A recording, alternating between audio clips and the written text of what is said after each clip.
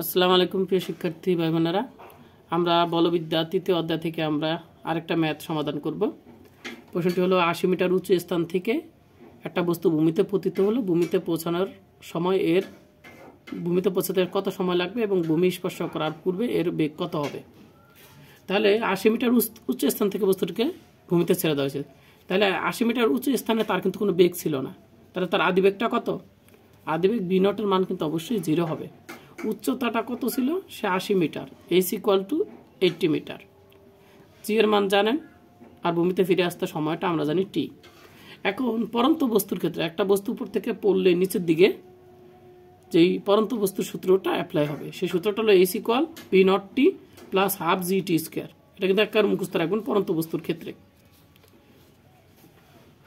তো পরন্ত বস্তুর সূত্র হলো আমাদের এইটা।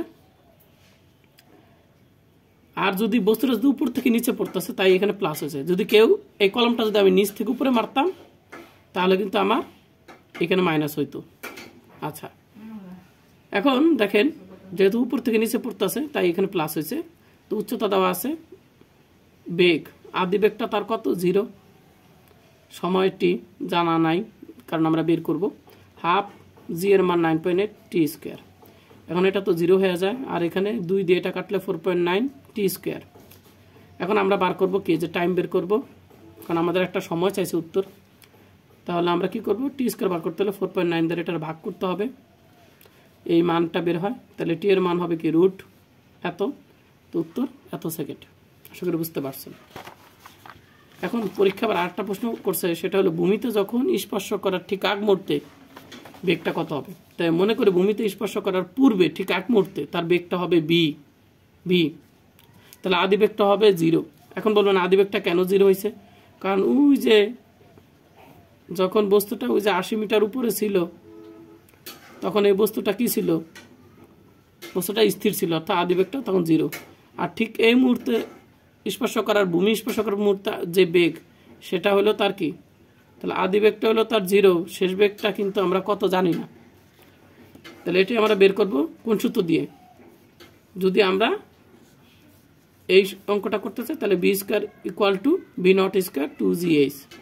এটা হলো কোনটার মতন সূত্র? ওই যে বি স্কোয়ার 19 যেমন শিখেছিলাম, এইটা পরন্ত বস্তুর ক্ষেত্রে এটাই কিন্তু এইটা। এখানে বি নটটাই হলো আদিবেগ, বুঝতে পারছেন?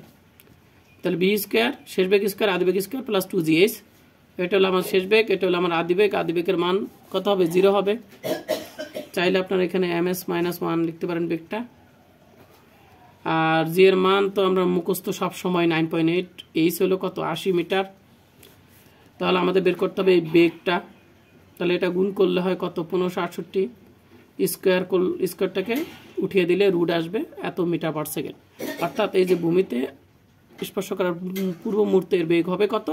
39.59 বা 39.59 মিটার পার সেকেন্ড। ঠিক আছে, আশা করি আপনারা বুঝতে পারছেন অঙ্ক দুইটা।